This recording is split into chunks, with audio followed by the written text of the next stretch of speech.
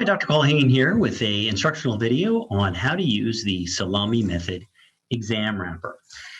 The Salami Method exam wrapper is a tool that I developed to help my students to better reflect on their exam performance and to make data-driven changes to how they learn outside of class, how they study. Exam wrappers are tools that have been around for a while. There are many different types of them.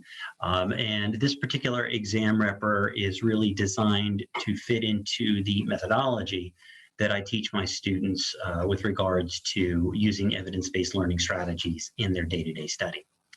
The Salami method exam wrapper is divided into 5 different sections, and each of these 5 sections contain different reasons for why you might have missed a question on an exam. So in order to use your exam wrapper to generate data that you can actually act on, you have to have your exam questions or that you missed on the exam or the exam itself in front of you and use that to fill out this particular form.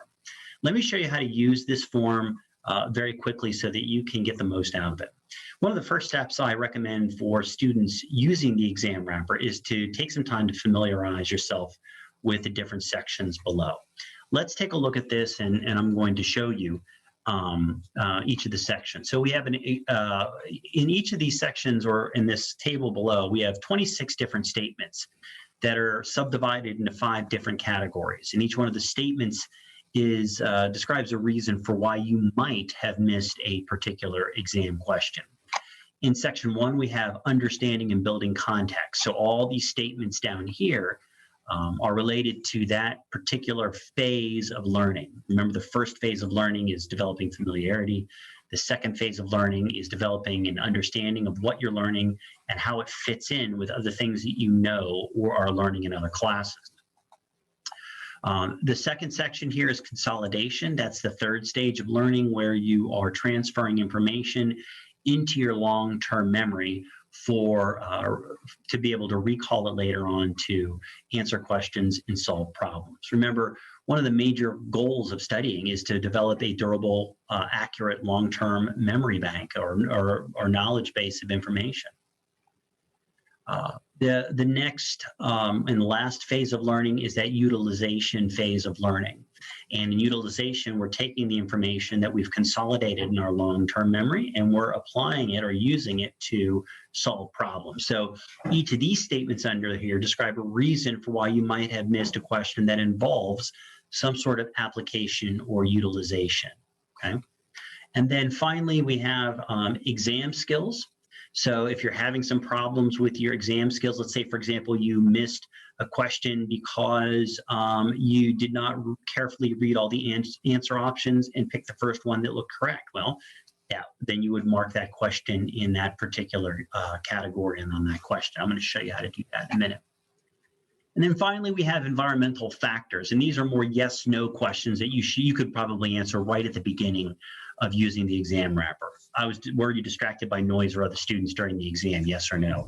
Did you have a difficult time focusing, concentrating during the exam? Yes or no?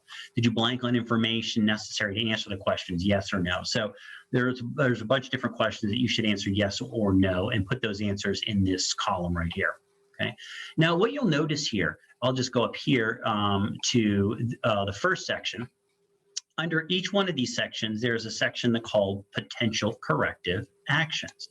Okay, so in this particular section here, you'll have one of these for each one of the sections. It gives you some suggestions or tips for things that you can do to make sure that you don't miss questions on the next assessment or a future assessment for the same reasons why you missed them here. Okay, so that's what you can use that for. Okay, now, once you have familiarized yourself with the exam wrapper, the next step is to go through the exam and identify each question that was marked wrong. Now, typically at NDMU, when you get exams returned, faculty will only show you the questions that you got wrong, not the questions that you got right. So it's fairly easy. If you happen to get a exam where all the questions are on it, a returned exam with all your questions on it, both right or wrong, you're going to need to go through and determine which ones you missed, okay? And then once you've done that, you'll go through each one of those exam questions, okay? And think about, why did I miss this question? Was it because I didn't have appropriate understanding and building context with that information? For example, let's say you missed questions number 10 and questions number 15. And the reason why you missed those is because you had difficulty understanding the concepts necessary to answer those two questions. Well, you would put the number of those two questions right over here in this column, like I have already. Let's say in questions 20 and 30, you didn't understand the relationship between two or more concepts, okay? So like the mechanism of action and clinical use, ionization and solubility, okay? So you would put the number, the question number that corresponds to that reason in that column. So in this case, you missed two questions here because you didn't understand the interrelationship between concepts asked by the question. Or let's say perhaps you missed a class one day, and the information on that day's class was represented by question number 3 on the exam, and you missed that. Well, then you put question number 3 there. And then at the end, you add up all the total number of questions that you missed in this section, you get a total score. And that tells you something about, is this a big issue for you or not, understanding and building context? And then you go down here and you look at what can you do better for the next time, okay? For consolidation, and to be frank, this is really where a lot of people have a lot of question numbers here. You know, I studied but couldn't recall any of the facts and concepts needed to answer the question. Okay, maybe that was why you missed question number 16 on the exam. Well, then put question number 16 right there. I struggle to remember facts and information quickly. Maybe that's why you missed 23. Or maybe you got 23 right, but you remember spending 6 or 7 minutes on it and you ran out of time at the end of the exam. Put that there, okay?